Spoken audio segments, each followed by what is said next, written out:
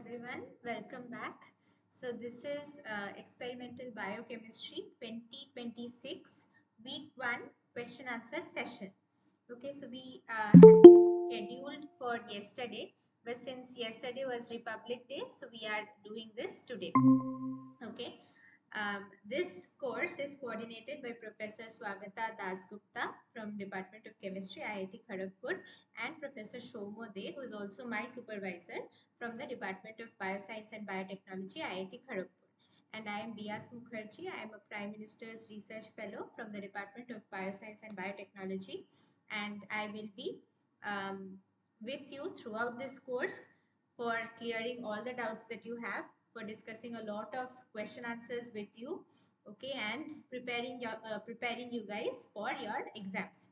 Okay, so be it this NPTEL examination or any other comprehensive examination, you can reach out to me. I'll give you my mail ID. So if you're having any doubt regarding anything, you can always reach out to me and I'll try to solve your doubts. If I'm not able to solve your doubts that day, please I'll make sure that I will talk about it and discuss about the questions in the next class. Okay, so we'll start with today's class. Now we'll keep it simple as we are beginning with the course. So this is your week 1 question answer session, and I hope that I can offer something valuable to you. All right, so if you're able to see the slide, if you're not able to see the slide, if you're not able to hear me, please make sure that you raise your hand and you tell me about it. Okay, you can write in the chat box. I'm always here to listen to you. Okay, so let's begin with today's class. Okay, so we'll start with week 0 assignment. So this year I think there was no week 0 assignment, but in the previous years we used to get this week 0 assignment, in which the students would be prepared for what kind of questions they can expect in this course. Okay, and these are very simple, very basic questions, basic general knowledge questions. Okay, so I have selected a few of those questions just to get started with today's class, and these are simple questions to help you understand what we are going to talk about in future, okay, in a lot of more details. So let's try to go through these questions quickly. Okay, so the first question is, let's talk about cleanliness. So what percentage of alcohol should be used for surface sterilization? Okay, and the options that are given to you are, firstly, 100% alcohol, 90% alcohol, 70% alcohol, and 50% alcohol. Okay, so now during COVID-19, we all know how obsessed we all were with sanitization and surface sterilization, right? So in those like the things that you used to get for the sterilization, there also there was alcohol, right? So what percentage of alcohol do you think was there? You can answer in the chat box. Okay, and okay, 70%, very good, excellent. Okay, let's look at the right answer. Yeah, that is very correct. It is 70% alcohol, but why is it 70% alcohol? There's a very interesting reason behind it. Okay, so what is the reason? This 70% alcohol, what happens is, you know about this osmosis effect, you know about this effect where the particles in substance in smaller concentration, this moves, if it is in higher concentration, then it will traverse towards the side where it is having lower concentration, right? So what happens is 70% alcohol. Okay, so a lot of more people are joining, we will admit them. Okay, and we will go on with the discussion.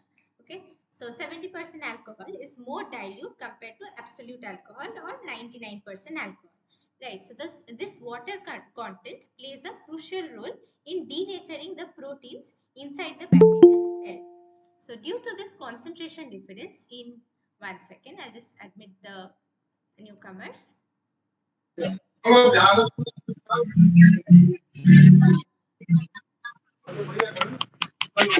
please mute yourself?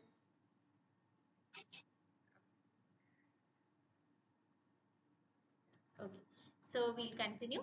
So due to this concentration difference of water and alcohol on either side of the cell wall, what happens is 70% alcohol goes inside the cell and it penetrates the membrane of the microorganism and it denatures the proteins, okay, the enzymes and the structural proteins. And what happens is within the bacteria, it's all the proteins and everything, these are getting denatured, so the bacteria is dying. But then on the other hand, what happens in case of absolute alcohol is it is so strong that it actually burns up the membrane of the bacteria. So see what happens? Absolute alcohol burns the exterior of the cells before entering into the cell. It dehydrates them and then renders them dormant. So it is not dying actually, okay, it is remaining dormant, it is not able to divide.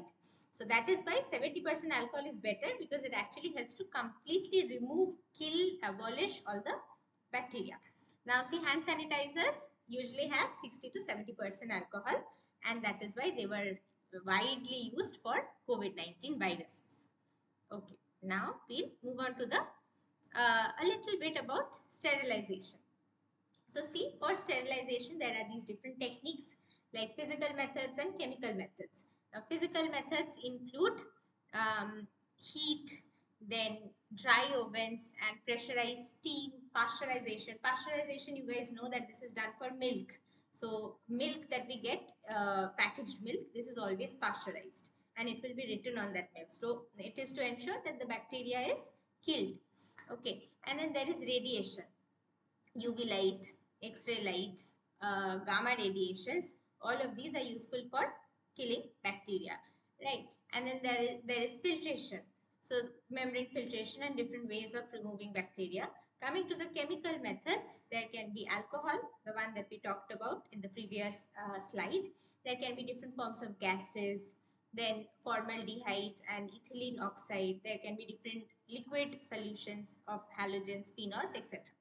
Okay, now that was just a small thing about the first question.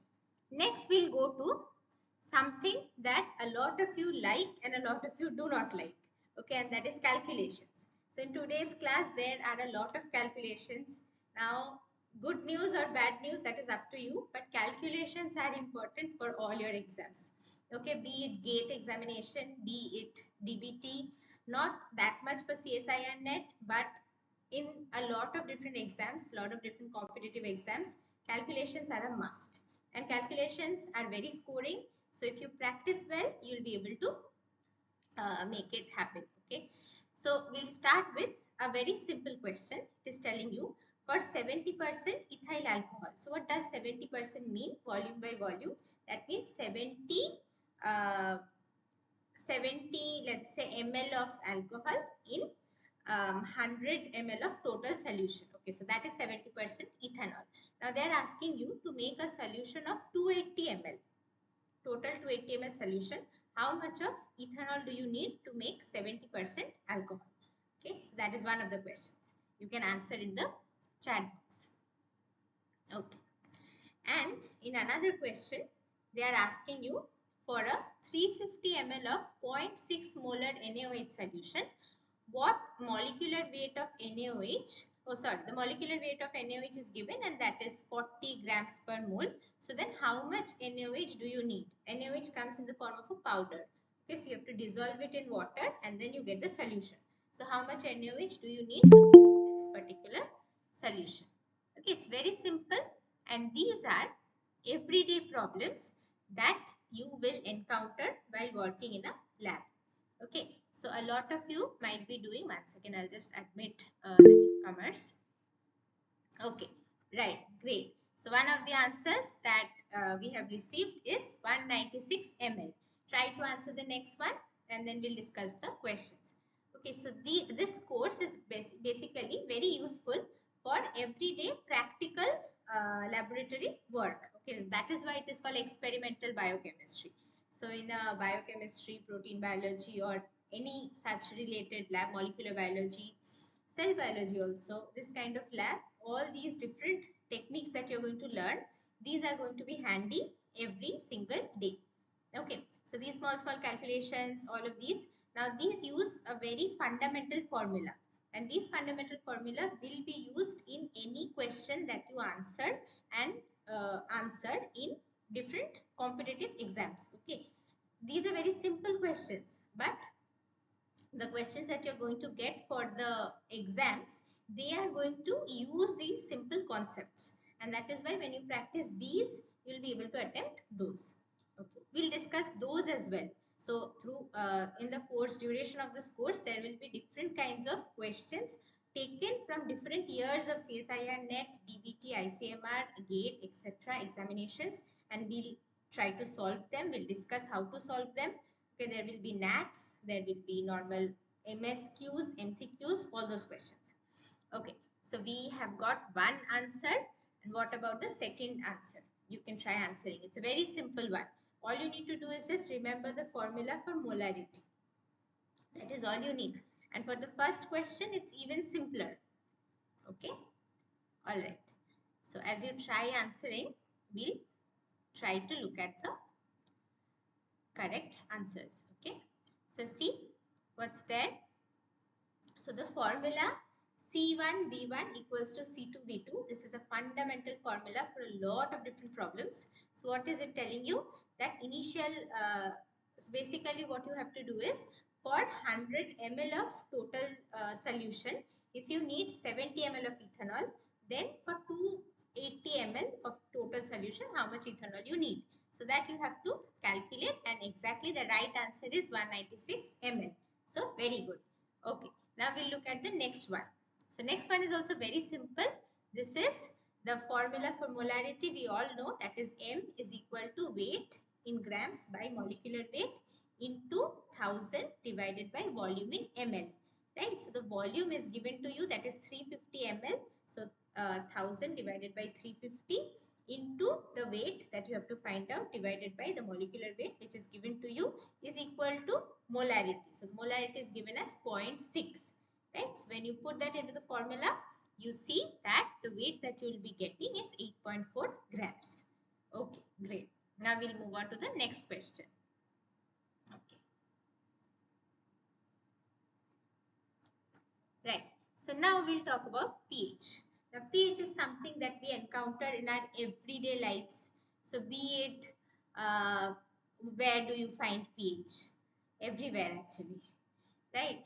So be it these pH sensitive lipsticks and all of these different places that we encounter pH. Right. So pH balance is supposed to be maintained, etc., etc. So pH is there in our everyday life. All the acids, all the bases that we have, everywhere pH is taken into consideration. Okay, one second. We'll admit new people. So the simple question is, what value of pH is closest to that of pure water? All of you know this answer. All of you have studied about this in school, right? So you all know. You tell me in the chat box.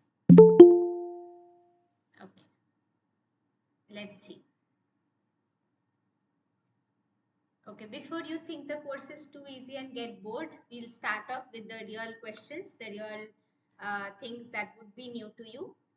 Okay, so you can quickly answer this. What is the value of pH that is closest to that of pure water? Okay, we'll look at the right answer. It's very simple. And what is the pH of 0.6 molar HCl? So now this kind of question you can expect in exams. What is the pH of 0.6 molar HCl? So how do we calculate that? Everything is given here for your understanding. Okay. So the value of pH that is closest to that of pure water is 7. Why is that 7? We'll discuss that in the upcoming slides. Okay. Now we come to HCl. HCl is a strong acid. Right. So what happens is, as soon as HCl is dissolved in water, what happens? It breaks open. It breaks up, dissociates into H plus and OH minus immediately. Because of which what happens is, immediately whatever amount of H plus was there, that forms H3O plus, and the conjugate base is also formed, right? So HCl, being a strong acid, completely dissociates. So the concentration of H plus becomes equal to 0.6 molar, which is the concentration of HCl, right? Because it is completely breaking. So whatever was here comes here to H plus. And that is why the final concentration of H plus is 0.6 molar. Now pH is log of H plus ion, right? Minus log of H plus ion. So minus log of 0.6 gives you 0.22, and that is why the value 0.22 is the right option here. Okay, now we go into the week 1 assignment. So these are the assignments, assignment questions of the previous year. Okay, so I am here to prepare you with the previous year's questions so that you can be ready to answer this year's new questions. Okay, now we'll start with accuracy and precision. So if you look at the figure, use 1 second. I'll just improve the view. So we'll go to full screen mode, and I'm not doing slideshow here because a lot of you have already told me in the previous years that the speed at which I change the slides is not the same as what you see on the screen. That is why it becomes difficult for children to follow. Okay, so we'll start with accuracy and precision. So let's imagine that there is this wall with this painting on it, and you have darts. So you are throwing the darts. Now your idea, your goal is to throw the dart exactly in the center that we can see. Okay, so this yellow center that we can see, you want to throw the darts there. Now if you are throwing all the darts and all of the darts are going to the exact center, then it is both accurate and precise. Okay, now accurate but not precise. So that means that the darts are there. It is very close to your goal, but not exactly at the goal. Now, not accurate but precise. So what does that mean? All the darts are going to the same place, but that place is far away from this goal. Okay. And what about not accurate and not precise? You're just throwing darts anywhere and everywhere.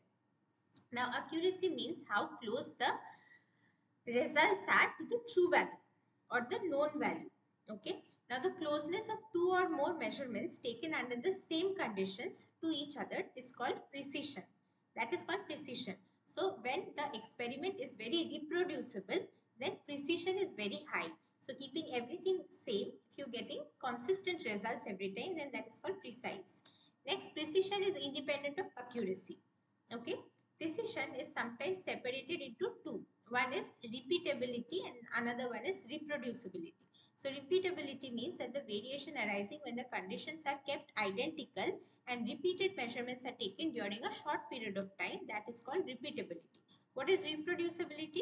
You're keeping all the conditions same and you're getting similar results. That is reproducibility over a long period of time. Okay, that is where the difference is.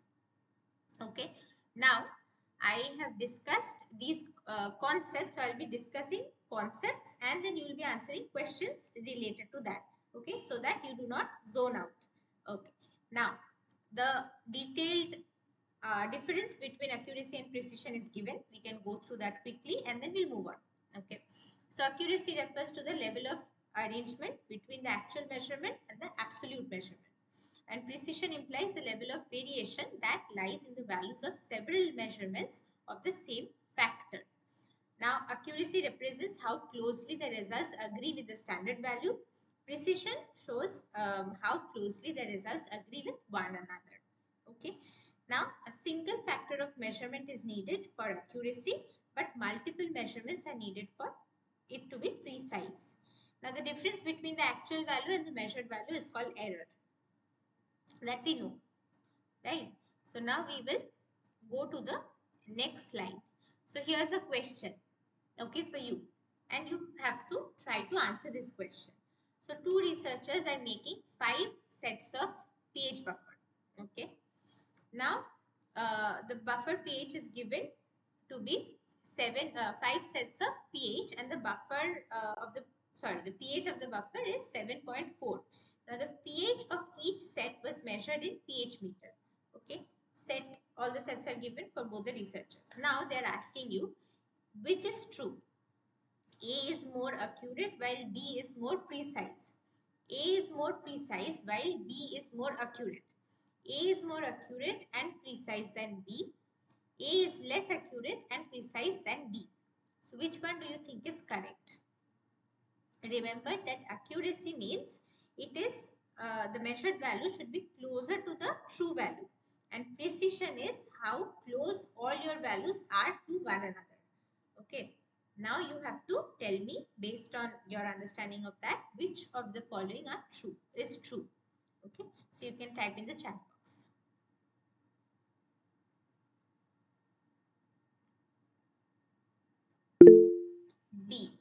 B. Okay, great.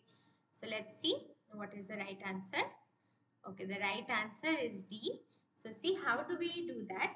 The average and standard deviations. First, what you have to do is you have to calculate the average of both the values and standard deviation. So how far each value is from the average.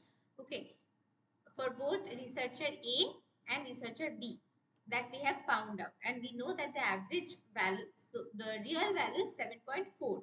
Okay, now the average of B is closer to the actual value of 7.40, hence B is more accurate. Okay, the measurements of B are grouped more tightly, resulting in a smaller standard deviation, hence B is more precise. Got it? So that is why we see that D is the right answer. Okay, now we'll go to the next concept. So the next concept is pH. pH is a very simple, very something that all of us always talk about, right? So pH scale is the measure of how acidic or how basic a solution is. What is that? So solutions with lower concentration of hydrogen ions, H plus ion concentration, when it is lower, have higher pH and are considered basic or alkaline. pH of 7 is neutral. That is why pure water has a pH of 7. Yes, you want to say something? Amit, do you want to say something to us?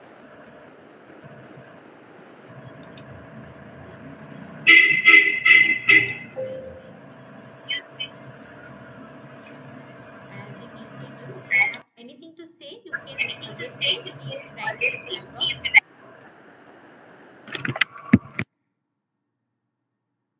Okay, let's continue. So pH of 7 is neutral. At room temperature, water has a pH of 7. Solutions with higher concentrations of hydrogen ions have lower pH and are considered acidic. pH is calculated by taking the negative log of concentration of H plus ions in an aqueous solution, and pH is equal to minus log of H plus ion. Okay. So pH and its significance in biology. So we look at this litmus test. Now we have all read about the litmus test, and we have studied about this in school. So in litmus paper, what happens is blue litmus turns red when the solution is acidic, and when the solution is basic, red litmus turns blue. Right? Give me a second, please. Okay. Now we'll look at different solutions. Okay, for example, bleach, soapy water, milk of magnesia, baking soda, seawater, all of these are relatively having higher pH. But gastric juice that is there in our stomach, lemon juice, orange juice, etc., black coffee, urine, so all of these are more acidic. So they are having lower pH.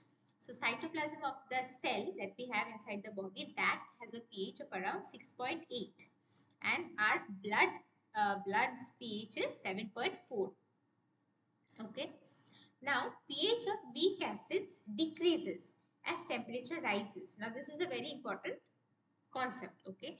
So, as temperature increases, the degree of dissociation of water increases. Thus, water dissociates to give more H plus, and hence its pH decreases. So, temperature plays a significant role in pH measurements. As the temperature rises, molecular vibrations, which results in the ability of water to ionize and form more hydrogen ions, also increases. As a result, the pH will drop. Okay, we have a guest.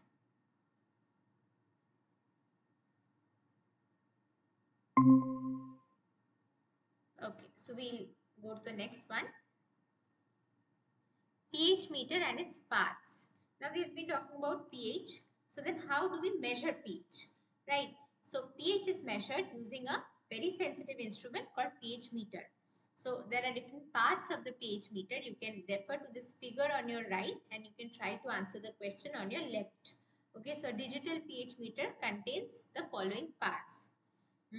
Whether it is glass electrode and monochromator, rubber electrode and voltmeter, glass electrode and temperature sensor, and xenon lamp and plastic electrode. So which of these parts do you see in the right hand side image? You can answer in the chat box. Please answer in the chat box, okay?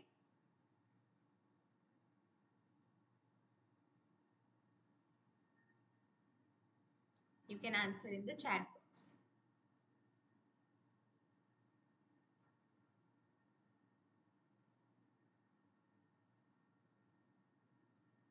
Okay, all you need to do is just look for the parts in the pH meter and answer based on your understanding which all parts are there in a pH meter. We can see from the diagram. Okay. Right. So we look at the right answer. The right answer is C. Glass electrode and temperature sensor. So see, it's there in the parts. There you can see that there will be these different components. Okay. Glass electrode is there that you can see, and temperature sensor is also very important aspect. Okay. Now we'll move on. Okay, so now we have a question. Okay, the concentration of H plus ion in 1 millimolar NaOH is. How will you do that?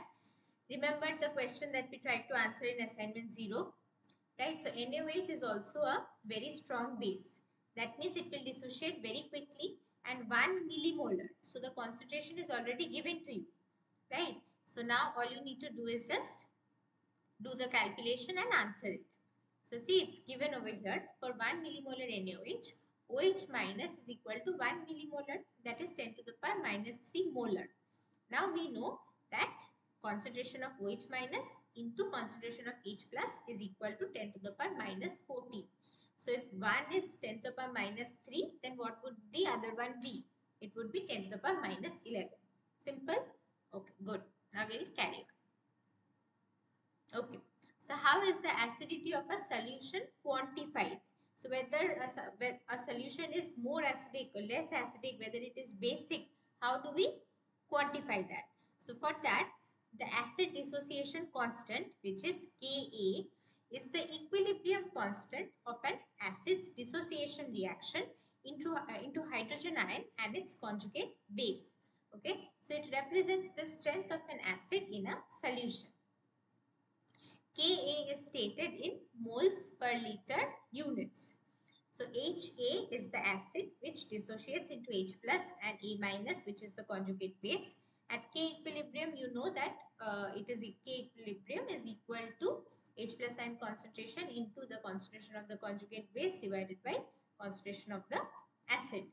And this is also called Ka, which is the dissociation constant of the acid. Right? What is pKa? pKa is equal to minus log Ka. Okay? Or log 1 by Ka. Now the dissociation acid dissociation constant is used to differentiate between strong acids and weak acids. If Ka is very high and pKa is low, why is pKa low? Because this is negative, of course, right? So Ka is equal to 1 by K, log of 1 by Ka is equal to pKa, right? So that is why if Ka is high and pKa is low, the acid is largely dissociated and therefore very strong acid. If Ka is low, that means it's a weak acid, and weak acids have pKa in water that ranges from minus 2 to 12. Okay, and for strong acids, it is less than or equal to minus 2. Now, pH is equal to pKa plus log of conjugate base by acid. Okay, that is Henderson-Hasselbalch equation. You will require it a lot. Okay. Now, we have a simple question again. Pure water is neutral. Why? Because it has pH 7 in experimental conditions. It has equal amount of H plus and OH minus ion. water does not contain free H plus and OH minus ions. Water cannot ionize. So why is it neutral? The right answer would be, you can answer in the chat box if you want. Okay, B. Okay, great. Let's look at the right answer. Yes, that is very correct. It is B. Okay, so in pure water at 25 degrees centigrade, the concentration of H plus and OH minus is exactly equal, right? And that is why you can see that water is neutral at this temperature and conditions. Okay, now we'll move on. So the entire calculation, how that is happening, why that is happening, it's given for you. Okay, you can refer to this. I'll be sharing my slides. So if there is anything that you need to refer to properly, you will get the slides. Okay. Now, there's another question. If pKa value for the weak acid is 5.56 into 10 to the power minus 6, then find out the pKa of the solution. Okay, so Ka value is given and you have to find out pKa. Very simple. How will you do? All the different options are given. Okay, so what you need to do is, if you can tell me what you need to do, then only it's enough. Then you can do the calculation, I'll understand. Okay, so there's a hint given for you. Like acid dissociation constant Ka, the base dissociation constant is Kb, and it is used for studying the dissociation of weak bases in solution. Okay, pKb is what they have asked you to find out. Okay, now this is also simple. All you need to do is just try to understand. Okay, see, the right answer is actually B. How is it so? Because Ka, we know that it is minus log, sorry, pKa is minus log Ka, right? And we get the pKa value as 5.25. Now, pKa and pKb is equal to 14. That is why all you need to do for pKb is just subtract it from 14. That's it. That's all you have to do. Okay. Now we'll move on to the next one. And when you do the subtraction, you get 8.75. Now we come to something very interesting. Now these acids, bases, these, they do not directly break into the conjugate base and H plus ion. Okay. So acids are very interesting in nature. Okay. So what happens is, according to Bronsted and Lowry, acid is a molecule capable of donating a proton.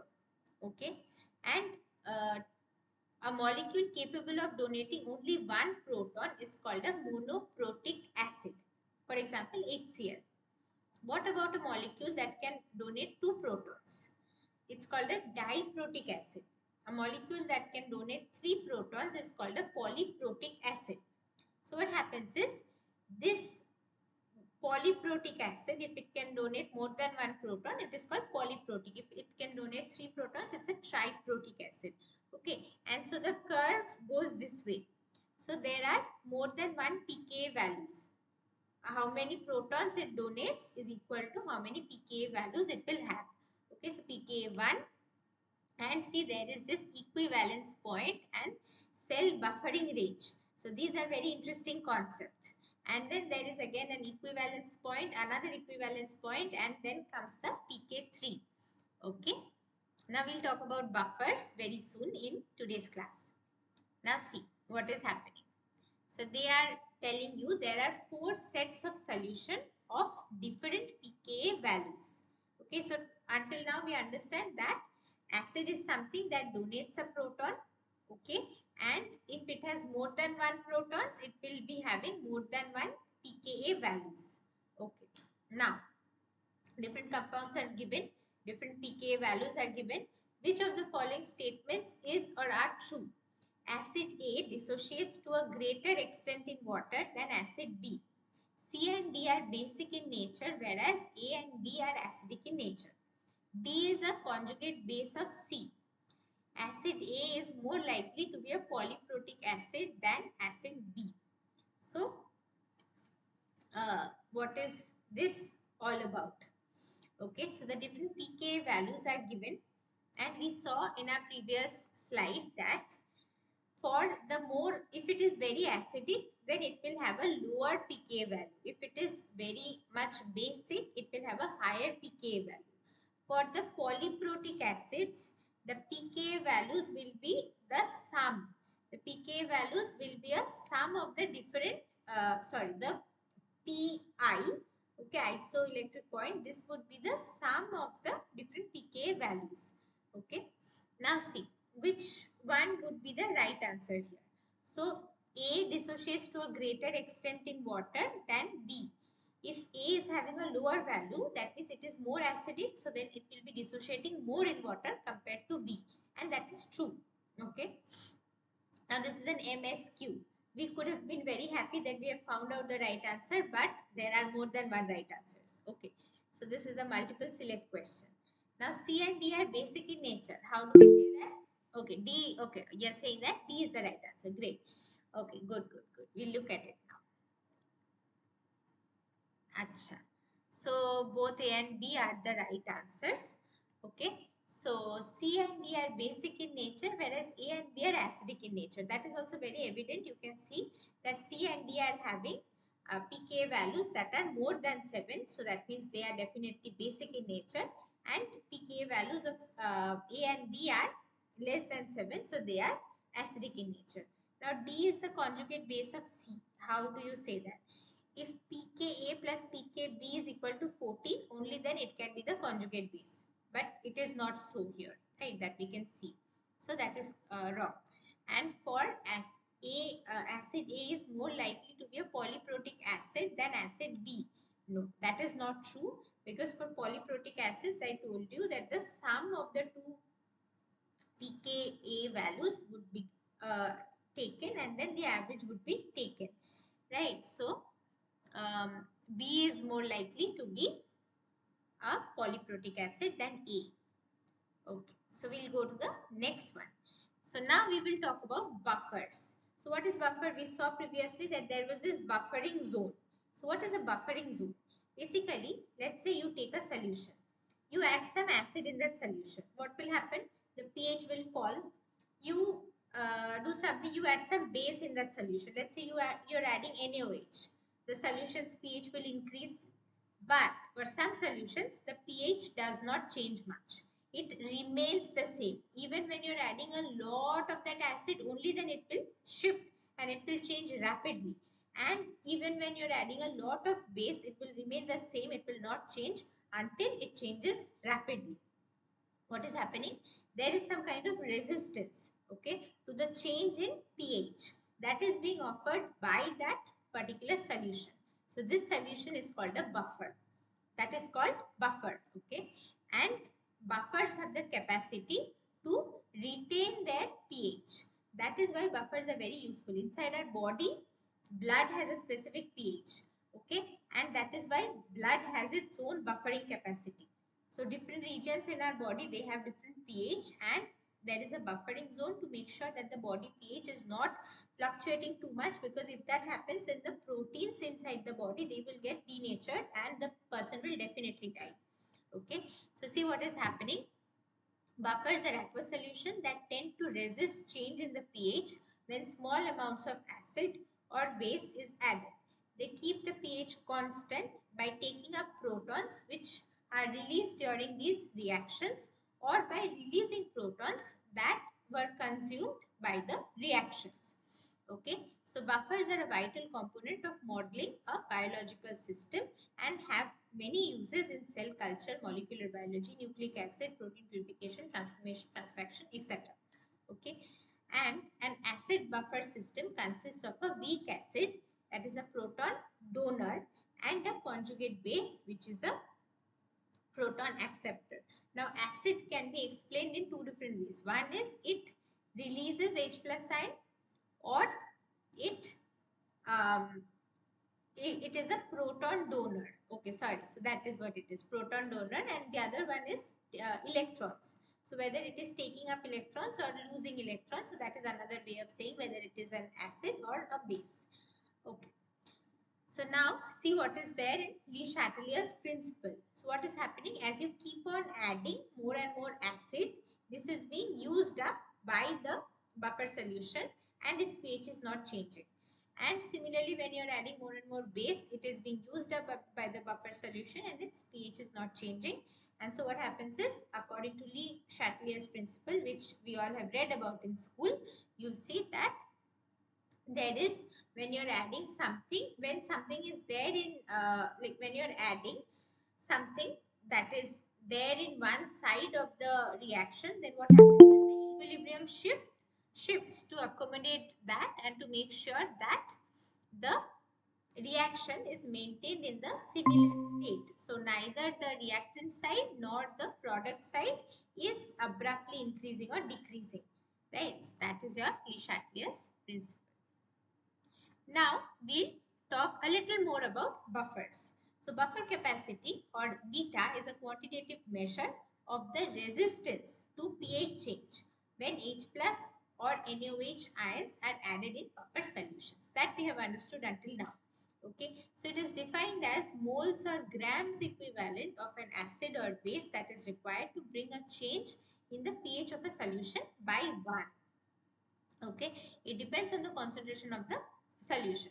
So how do we calculate buffer capacity? Buffer capacity is equal to number of moles of acid or base divided by change in pH into volume of the buffer in the volume of buffer in liters. Okay, and Henderson's equation we know, that is pH is equal to pKa plus log of salt by acid, right?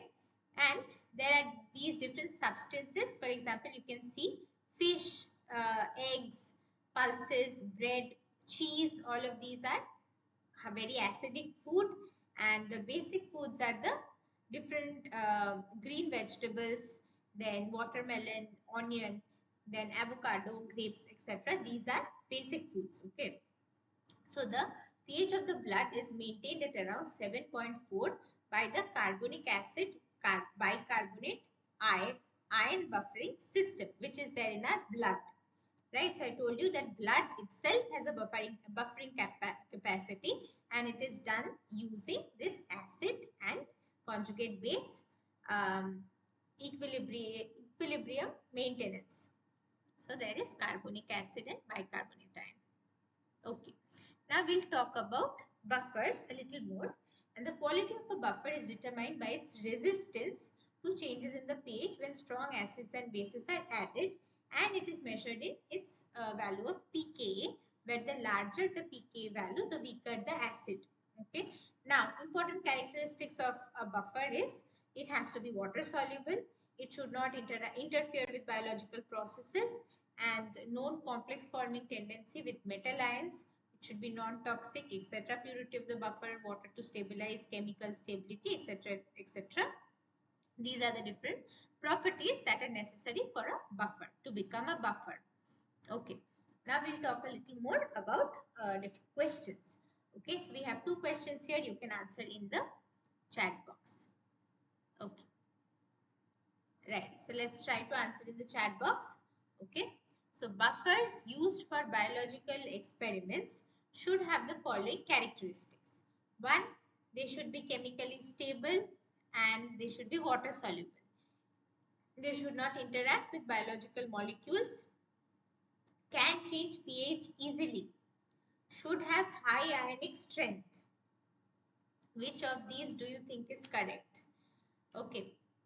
And the next question says, buffer with high buffering capacity means the buffer has high pH value, buffer has high pKa value, higher concentration of salt is present in the buffer, higher concentration of acid or base is required to change the pH of that buffer. Okay, you can answer, you can write these questions as 1 and 2 and I'll understand.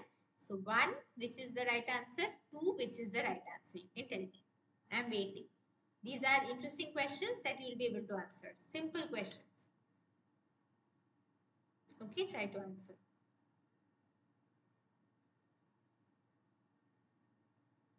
Very simple. At least the second one is very simple. Based on what we have discussed until now. All of you know the right answers. Okay, no one is answering. You're feeling shy. Okay, so we'll look at the right answer. Oh, we have an answer. Wait. Okay, D. Okay, great. Yes, so the second one is D. That is correct. Okay, but the first one, it is A. So 1 and 2 are correct. Why is that so? A buffer should not change the pH easily, right? It will resist the change in pH. That is why your option number 3 cannot be right.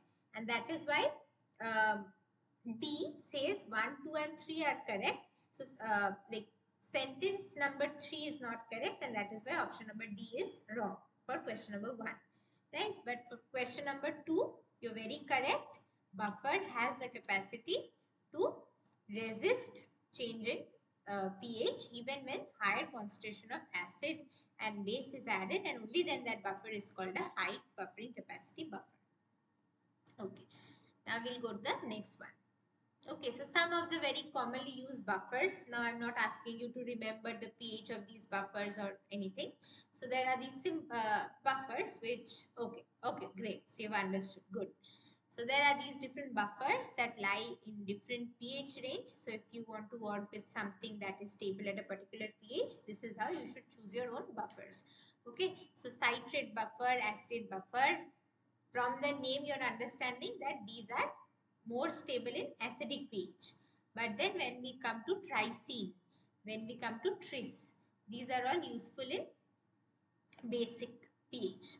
Phosphate is very widely stable at different pH. Okay. Now we go to, so the different buffers and the different buffer molecules are also shown for your understanding. Okay, so there is something called Goods buffers. Goods is a person. So Goods buffers are hippies, MOPS and MES. So these are zwitterionic amino acid derivatives, and they are most widely used biological buffer. Tris is also a zwitterionic buffer. So what is a zwitterion? Zwitterion is a molecule that has both positive and negative charges, and the number of positive and negative charges are same. So the net charge on this molecule is 0. Okay, so that is a zwitterion. Okay, so which of the following is a good are Goods buffers? So hippies, MOPS, MES and phosphate. Which of these do you think are Goods buffers? We saw that in the previous slide.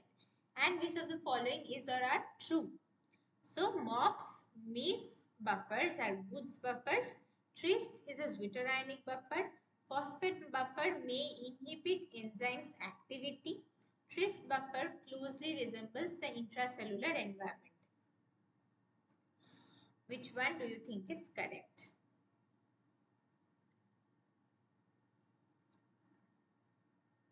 Now, Tris buffer is useful for basic pH. And do you think that the cell's environment is basic pH or not? That you have to tell me. Okay. So, which of these do you think is the right answer? You can answer in the chat box. Okay. We'll look at the right answer. Okay. So, you can see that for the first one, it's option number A, and for the second one, it is option number B. Why is that so? We read in the previous slide that hippies, MOPS and MES, all of these are Goods buffers, right? Now, which of the following are true? So see, 1, 2 and 3 all are correct. So MOPS and MES, they are Goods buffers. Tris is zwitterionic. That also was there in our previous slide. If you look at the structure of Tris, it is zwitterionic, okay? And then phosphate buffer may inhibit enzymes activity. Why is that so? Because enzymes are sensitive to pH changes. If the phosphate buffer is, okay, so this is how Tris looks like. Okay, you can see there. That is how Tris looks like. It has these OH groups and NH2 plus. So it is having O minus and sorry. So for zwitterine, you can check if the net charge is 0 or not. That you can check once, but it should have positive and negative charges. That makes it a zwitterine. I think it is not necessary that it should have net charge 0. That is not it. Okay. So we'll just be careful. Whatever I said about it having net charge 0, that is possibly not correct, but then it has positive and negative charges. That is true. Okay. So the phosphate buffer closely resembles the intracellular environment. Okay. So tris buffer doesn't, but phosphate buffer closely resembles intracellular environment. Okay. Now we will go to the next one.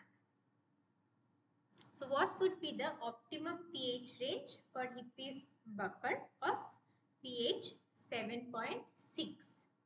Okay, so you can go back to the chart where different buffers were there and different pH ranges were there, and from there we can have a look.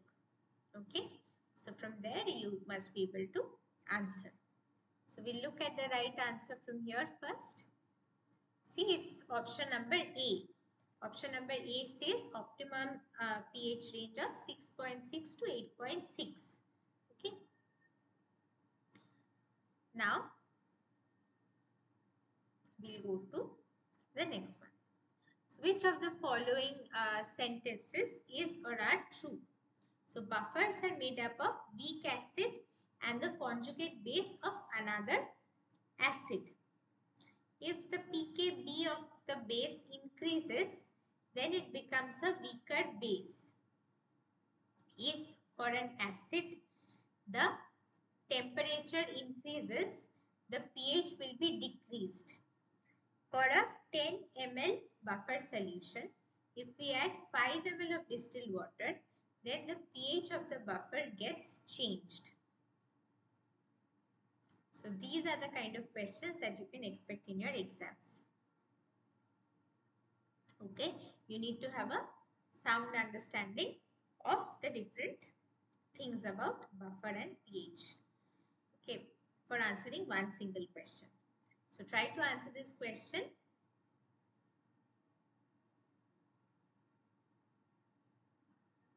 Which of the following are true?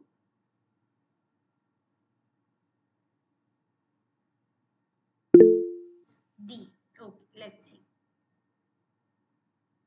Yes, that is very correct. Good that you're attempting. Very good. Okay, so D is the right answer. Why is it the right answer? Because buffers are made up of weak acid and conjugate base of that same weak acid. Right? So that is how the first one gets eliminated. Once the first one gets eliminated, we have rest remaining 3. Right? So now you can see that for pKb, as the pKb of the, so pKb is equal to minus log Kb. Lower Kb indicates higher pKb. For a base, Kb, as Kb decreases, the dissociation decreases and thereby the base becomes weaker. So increase in pKb means that the base is becoming weaker. Great, good. Now, for an acid, if the temperature increases, dissociation increases, Ka increases, then the pH will get decreased. Correct? Good. That also we understand. Now, pH of the buffer solution does not change on dilution. However, it may shift the equilibrium. Now, I'll tell you something from a very practical perspective. So, the water that we use in the lab, okay, what do you expect? The water should be of neutral pH, but that does not happen. Even though it is double distilled water, it is not of neutral pH. Okay, so yes, that is a very practical aspect of it. So for a 10 ml of buffer solution, if we add 5 ml of distilled water, then the pH of the buffer gets changed. So yeah, it does not change on dilution. However, the equilibrium shifts. Okay. Now, a buffer, we have another question here. So a buffer is prepared from 65 ml of 0.2 molar NH4OH. NH4OH is a weak base and 35 ml of 0.2 molar NH4Cl. NH4Cl is a strong salt, right? Now, what is the pH of a buffer solution, and the Kb is given. Okay, so you have to find out the pH of the buffer solution. So how are you going to do this? We'll look at the right answer. So see, the calculation is given here for your understanding. If two solutions are mixed, total volume, we know it is becoming 100 ml. Good. Now what we will see is amount of NH4 plus, that you have to find out, and then NH3 plus H2O gives NH4 plus and OH minus, right?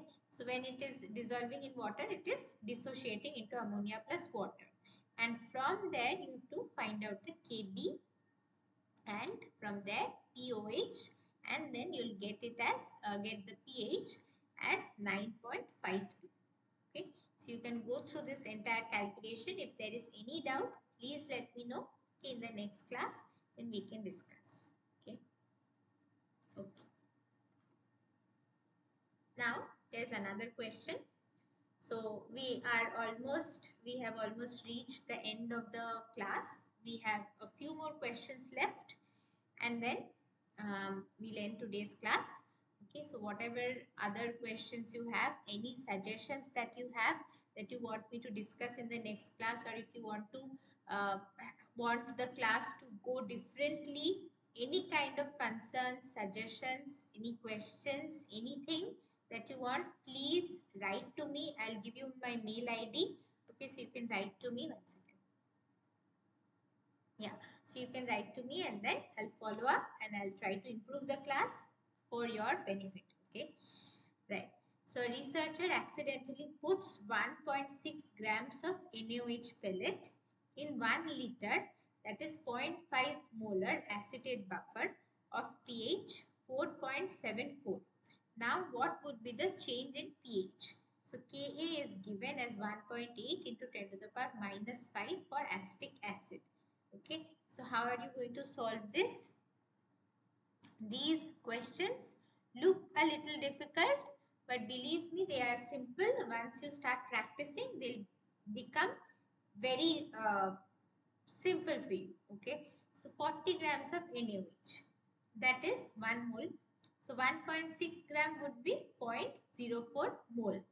Correct? Now NaOH in solution, so that is 0.04 moles per liter, that is equal to 0.04 molar. Now you found out the molarity of the NaOH. Now what is that? This, 1 second, the acid was acetic acid. So acetic acid, we know that it is a weak acid. It is dissociating into acetate and H2O. Now what is happening? Acetate ion and H2O, and we get the initial concentration, and then on addition, what is happening? On addition, this equilibrium is shifting. So now new concentration of acetic acid and conjugate acetate, conjugate base, is 0.46 and 0.54 respectively. So acetic acid and H plus and conjugate base. Okay, now here also you have the initial concentration given, and then what would be the final concentration, what would be the change. So at equilibrium you have these different values plus x. Okay, and for Ka you calculate that, and you get pH is equal to minus log of whatever this you're getting, value you're getting from here, and that is 4.82.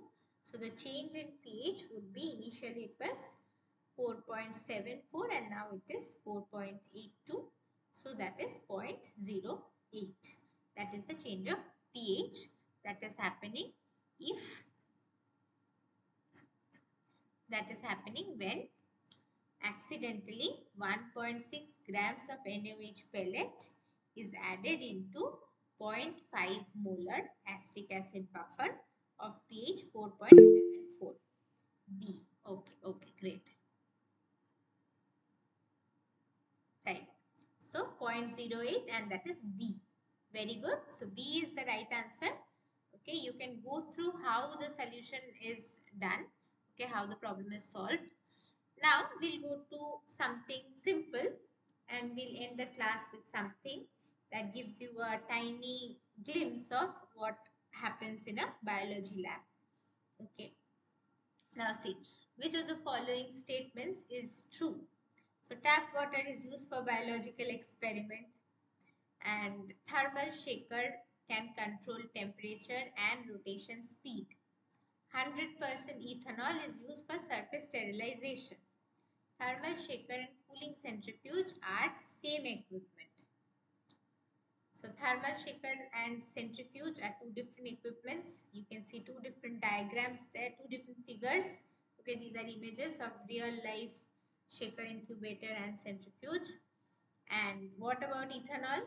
For surface sterilization, we started the class with surface sterilization and ethanol, right? So you know the answer to that as well. Tap water is used for biological experiment that would cause havoc in the lab because we don't know what kind of microbes would be there. C. So which of the following is true? Okay, so you're saying that is C. Okay, so I'll tell you something funny then. Okay.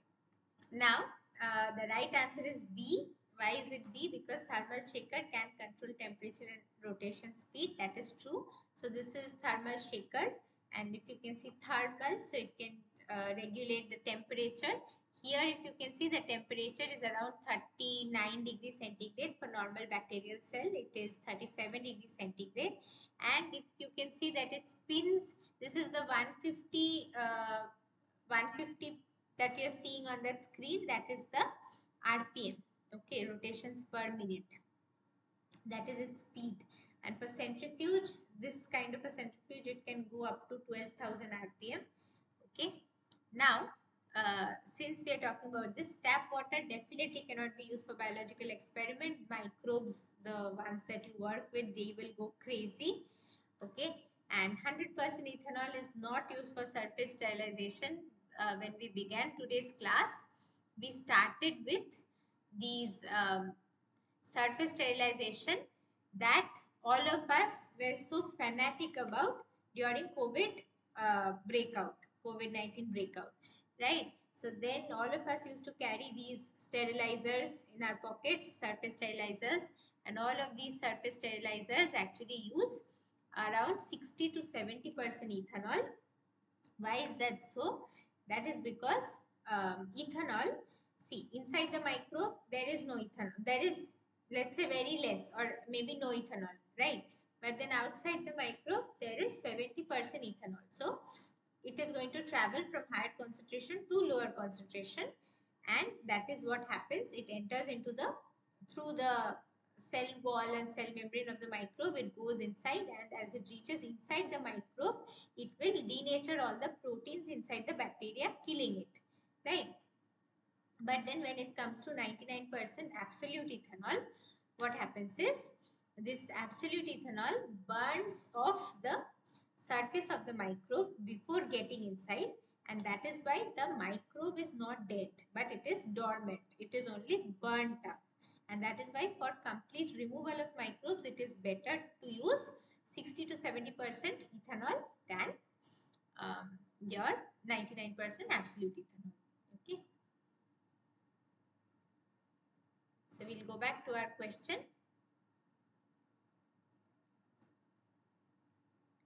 Yeah. So 100% ethanol is not used for surface sterilization. Okay. So that's it. And there is something interesting that I'll show you. So this is a virtual lab platform. And when you click on this link, this will take you. So I'm not sure if you can see. Can you see? I don't think you can see. Okay. 1 second. So I'll present something else. I'm presenting my entire screen now. Now you'll be able to see. Okay. So we'll go to this virtual labs platform. Please tell me if you can see. Okay, I hope you can see. Okay, right. So we'll go to this virtual labs platform, and here this pH titration of amino acids and small peptides and estimation of isoelectric pH. So this is something that we, my colleagues, me and our supervisors, all of us developed together. So there is this aim. It's kind of a virtual laboratory. Okay, so here the experiments that normally children do um, practical in their practical classes, this is the same thing but virtually. So you have this aim of the experiment, then you have the objective. This you can read very nicely, and everything about pH and buffers etc is given here. Then you can go to the theory portion. So theory is what contains all the information about your buffers, pH, etc. Since this is about amino acids and you have amino acids in the upcoming classes in this experimental biochemistry course, I would recommend please go through this and go through this properly. Okay, so if you get a good understanding of this, all your experimental biochemistry NPTEL classes, these will become simpler, okay, for you to understand. So you can go through this entire theory portion. Everything is very well explained here. So how do you calculate the isoelectric point of a peptide, which is a very important gate question. That is also done here for you, solved here. And the best part is it is not just like a textbook. So here you can actually do things by yourself. So different applications are also given here, and then we have pre-test. So pre-test is like a quiz. So based on whatever you've understood until now, you have to answer the questions. Then we go to procedure. Procedure tells you how that particular experiment is done. Everything is explained. So the different steps are explained. Okay, you have to go through the different steps, and this is the graph for a polyprotic acid that we were discussing. Okay, next what we have is the simulation instrument setup. So basically here we are measuring the pH of an amino acid solution. Okay, so you have learnt about pH in today's class. You know about buffers, you know about these polyprotic acids. Try to understand this because anyway ma'am will be teaching you about amino acids in the upcoming class, right? So you'll be able to relate very well. So this is how titration and everything is done. I'm sure you guys know about titration from school, right? From school, college. And here is what the fun part comes. Okay, so you have to start the experiment. So you have to click on start the experiment, and then what happens is, see, step 1, the pH of the amino acid solution is lowered. So basically everything is written there, you have to just follow it, and then you have to fill the burette. So here is your burette. When you click on fill the burette will get filled. Okay, so everything is labeled very nicely. So everything that is here you have to uh, go about doing it, and then later on there is this titration. You will see this curve coming, and enter the calculated PI value that you have to calculate, and then you have to ask them to show the answer to check whether you're doing it right. Okay, and then the isoelectric point PI, that is also there, and then the part B is determining the PI of the peptide. So part A was actually pH titration. Okay, titrating amino acids to determine the isoelectric point. So I'll talk about isoelectric point and everything in the upcoming classes. Okay, so you don't have to worry about it. We'll discuss all of this in a lot of details. But for now, if you want to have a look at this, I would recommend you'll understand the things very nicely. Okay, and you'll be doing it by yourself. So that would be of a lot of help to you. Okay, now we'll look at this a little more. So we'll go to post-test. Post-test also has a lot of quiz and all that. Okay, so you can answer these. These are also MCQ questions. And then we have the references, different books that you can refer to. And these are the different contributors. You can see we are all there, all of us. And then feedback. Feedback is for you to share your experience. Okay, so you can share your experience there. Yes, so that is all. And for our slide, these are the different things, different places from where I have taken the different images, the different text and everything that you saw. Give me a second. Okay, I'll present the, one second. I'll present the lecture again. Okay, good. So yeah, so that's it. This is what we have now. All the references in one place. Okay, you can go through all of these and get a better idea of whatever we have learned in today's class. And of course, please refer to Leninger's Principles of Biochemistry book. You can refer to Voigt and Voigt, okay, biochemistry, and that should be enough. Thank you for your attention. Thank you for your patience. I am always open to your suggestions. Okay, I'll give you my mail ID in this chat box. Okay, thank you, thank you. So I'll give you my mail ID in the chat box. Any doubts that you have, anything regarding anything, okay, you can please mail me.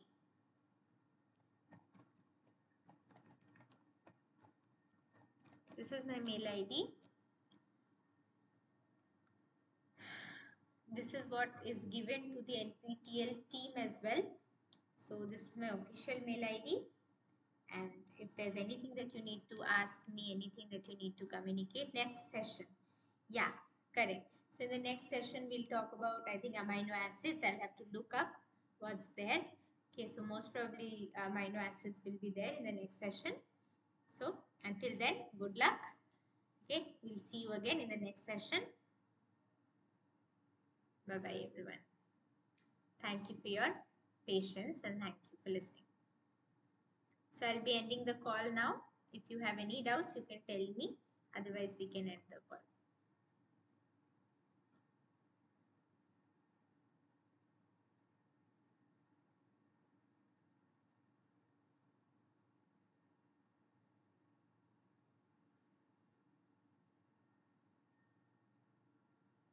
Okay, so let's end the call for now. Okay.